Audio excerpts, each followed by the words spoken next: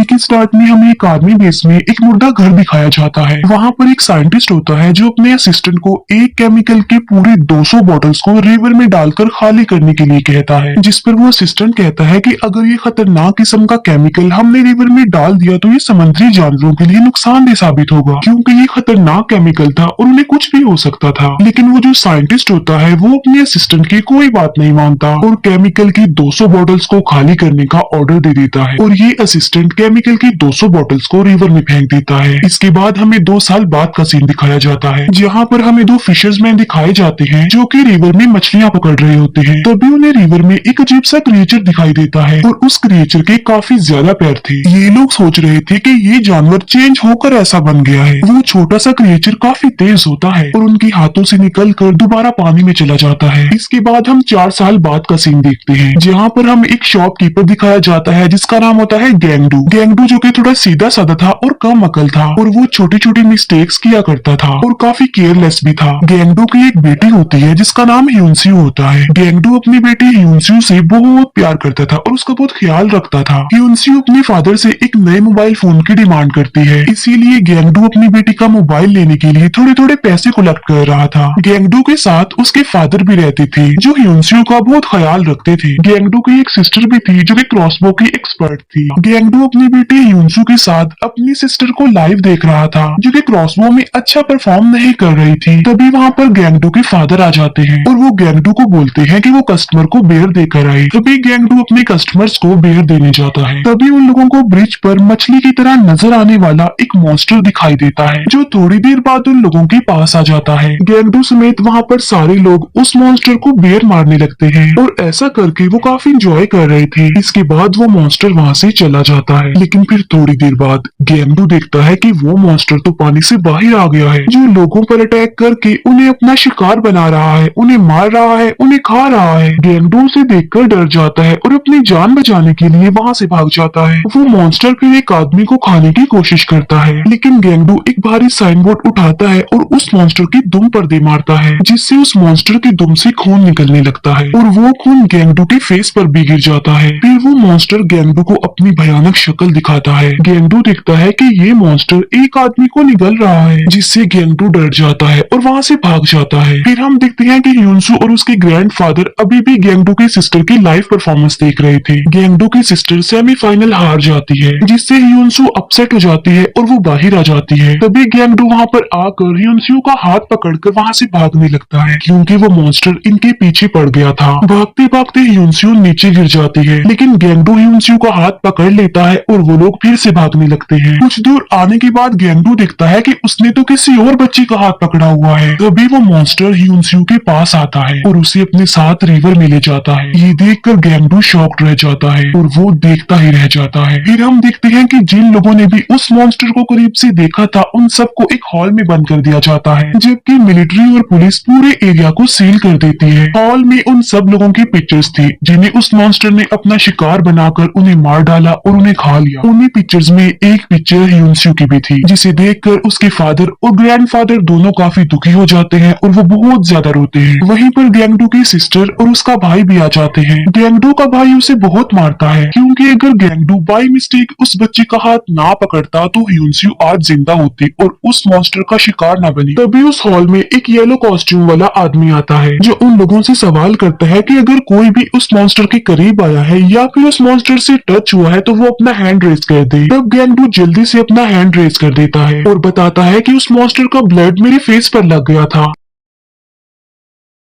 ये सुनते ही वो आदमी अपने बाकी आदमियों को कहकर गैंगडू को पकड़वा लेता है और कहता है कि जरूर इसमें भी वो वायरस होगा जो उस मॉन्स्टर में है। फिर हम देखते हैं कि गैंगडू की पूरी फैमिली और वो लोग जिन्होंने उस मॉन्स्टर को देखा था वो सब के सब लोग डॉक्टर्स के अंडर थे। रात को गैंगडू के पास किसी की कॉल आती है। जब गैंगडू कॉल रिसीव करता है तो वो कॉल उसकी बेटी की ह्यूनसू की होती है। ह्यूनसू अपने फादर गैंगडू को कहती है कि पापा प्लीज मुझे बचा लीजिए। गैंगडू ह्यूनसू से पूछता है कि इस वक्त तुम कहाँ पर हो, जिस पर ह्यूनसू ह्यूनस्यू कहती है कि मैं एक ब्रिज के नाले में हूँ जहाँ पर मेरे अलावा और भी लोग हैं। ये सुनकर गैंगडू और उसकी फैमिली खुश हो जाती है क्योंकि ह्यूनस्यू जिंदा जो थी। और नेक्स्ट डे वो लोग इस बारे में पुलिस को इन्फॉर्म करते हैं, जिस पर पुलिस वाला कहता है कि गैंगडू की बॉडी में वो वायरस तेजी से फैलता जा रहा है, इसीलिए ये पागल बनता जा रहा है और ऐसी बातें कर रहा है। ये कहते ही वो पुलिस ऑफिसर इनकार कर देता है कि मैं तुम्हारी हेल्प नहीं करूंगा। लेकिन गैंगडू के फादर का एक फ्रेंड पुलिस ऑफिसर होता है, जिसकी मदद लेकर वो लोग यहाँ से भागने में कामयाब हो जाते हैं। ये लोग अपने साथ गन्स और कुछ वेपन्स ले लेते हैं और कुछ जरूरी सामान भी। फिर ये लोग चेकिंग एरिया से गुजरते हुए आगे बढ़ते हैं, लेकिन चेकिंग एरिया में एक ऑफिसर इन्हें आगे जाने नहीं देता क्योंकि ब्लॉक एरिया में जाने के लिए उन्हें आईडी कार्ड्स की जरूरत थी और उन लोगों के पास उस वक्त आईडी कार्ड्स नहीं थी। लेकिन फिर गैंगडू के फादर उससे वो पैसे ले लेते हैं जो उन्होंने ह्यूनस्यू का मोबाइल लेने के लिए कलेक्ट किए थे। गैंगडू का फादर वो पैसे उस ऑफिसर को दे देता है और कहता है कि सॉरी, इस बार तो हम आईडी कार्ड्स भूल आए हैं, तो आप इससे काम चला लीजिए। इसके बाद वो लोग आगे बढ़ जाते हैं। फिर हम देखते हैं कि वो मॉन्स्टर दो येलो कॉस्ट्यूम वाले आदमियों को अपना शिकार बना लेता है और उन्हें भी उसी ब्रिज के नाले में लाकर रख देता है। वो उन लोगों को वहाँ पर इसीलिए कलेक्ट कर रहा था कि अगर उसे भूख लगेगी तो वो उन लोगों को एक एक करके खा लेगा। और वो मॉन्स्टर ह्यूनस्यू को भी यहीं पर ही लाया था। लेकिन जब वो मॉन्स्टर ह्यूनस्यू को यहाँ पर लाया था तब ह्यूनस्यू वहाँ पर बने एक छोटे से पाइप में छुप जाती है और ह्यूनस्यू ने उन्हीं लोगों में से एक का मोबाइल लिया था और अपने फादर यानी गैंगडू को इन्फॉर्म किया था कि वो जिंदा है। इसके बाद हम शाम में उसी ब्रिज के नीचे दो भाइयों को देखते हैं। उनमें छोटे भाई का नाम सीजू था। ये दोनों भाई खाने का सामान चुराने के लिए गैंगडू की शॉप पर आए थे और वो लोग जितना हो सके खाने का उतना सामान चुरा लेते हैं क्योंकि वो बहुत ज्यादा गरीब होते हैं, उनका कोई घर भी नहीं होता, इसीलिए वो लोग हमेशा खाना चुरा कर ही खाया करते थे। लेकिन जब वो लोग खाना चुरा कर वहाँ से जा रहे होते हैं तब वो मॉन्स्टर उन लोगों पर अटैक कर देता है। वो मॉन्स्टर उनमें से बड़े भाई को मार देता है और छोटे भाई यानी सीजू को अपने साथ ले जाता है। वो मॉन्स्टर सीजू को भी उसी ब्रिज के नाले में लेकर आता है। जब ये मॉन्स्टर वहाँ से चला जाता है तब ह्यूनस्यू वहाँ पर आकर देखती है कि ये लड़का तो जिंदा है। ह्यूनस्यू उससे उसका नाम पूछती है तो वो कहता है कि मेरा नाम सीजू है। फिर हम देखते हैं कि गैंगडू और उसकी फैमिली के बाकी लोग अपनी शॉप पर आ जाते हैं और खाना खाकर वहाँ पर सो जाते हैं और वो काफी अपसेट लग रहे थे। लेकिन नेक्स्ट मॉर्निंग जब गैंगडू की आंख खुलती है तो वो देखता है कि वो मॉन्स्टर तो उनकी शॉप के बाहर ही खड़ा हुआ है। ये देखकर गैंगडू के फादर उस मॉन्स्टर पर फायरिंग करने लगते हैं और वो मॉन्स्टर इनकी शॉप पर अटैक करके उस शॉप को पलट देता है। फिर ये लोग बाहर आ जाते हैं और उस मॉन्स्टर पर गोलियां चलाने लगते हैं। उन गोलियों से बचने के लिए वो मॉन्स्टर जल्दी से वहाँ से भाग जाता है। ये लोग उस मॉन्स्टर पर इतनी गोलियां चलाते हैं कि इन्हें इस बात का भी ख्याल नहीं रहता कि उनकी गन्स में गोलियां खत्म हो रही हैं। फिर वो मॉन्स्टर पानी में चला जाता है। तब गोलियों की आवाज सुनकर वहाँ पर पुलिस भी आ जाती है और पुलिस अब उन्हीं की तरफ आ रही थी। फिर ये सब रिवर की दूसरी साइड पर चले जाते हैं जहाँ पर वो मॉन्स्टर आ रहा था। गैंगडू के फादर उससे उसकी गन लेते हैं जिसमें अभी एक गोली बाकी थी। गैंगडू अपने फादर को बताता है कि इसमें अभी एक गोली बाकी है। फिर गैंगडू के फादर अपने तीनों बच्चों को वहाँ से भागने को कहते हैं और तभी गैंगडू के फादर के पास वो मॉन्स्टर आ जाता है। तब गैंगडू के फादर उस मॉन्स्टर पर अपना निशाना बनाते हैं और ट्रिगर दबा देते हैं, लेकिन तभी वो देखते हैं कि गन में तो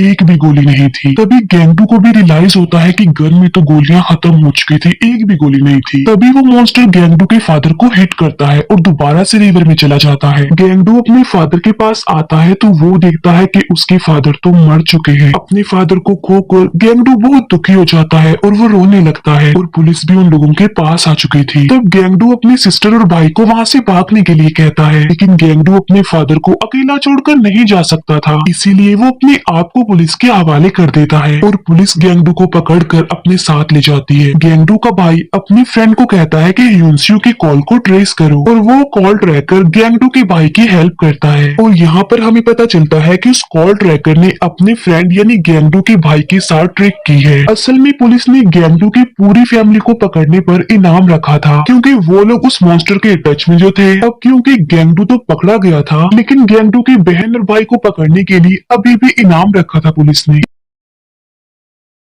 इसीलिए गेंगडू के भाई को पकड़वाने के लिए उस कॉल ट्रैकर ने ये चाल चली। फिर वो कॉल ट्रैकर ऑफिस में जाता है जहाँ पर पुलिस थी और हॉस्पिटल के बाकी वर्कर्स थे और वो सब लोग गेंगडू के भाई को पकड़ना चाहते थे और इनाम हासिल करने के लिए वो कॉल ट्रैकर गेंगडू के भाई को यहाँ तक लेकर आया था। वो सब लोग वहाँ से बाहर आते हैं और गेंगडू के भाई को चारों तरफ से घेर लिया जाता है। अब क्योंकि गेंगडू के भाई को ह्योन्सू की लोकेशन पता चल चुकी थी, इसीलिए गेंगडू का भाई वहाँ पर इलेक्ट्रिसिटी खराब करके वहाँ से भाग जाता है। फिर गेंगडू का भाई अपने सिस्टर को भी ह्योन्सू की लोकेशन सेंड कर देता है। दूसरी तरफ हम देखते हैं कि डॉक्टर गेंगडू को पकड़कर उस पर तरह तरह के एक्सपेरिमेंट्स कर रहे थे और तो और उसे टॉर्चर भी किया जा रहा था। लेकिन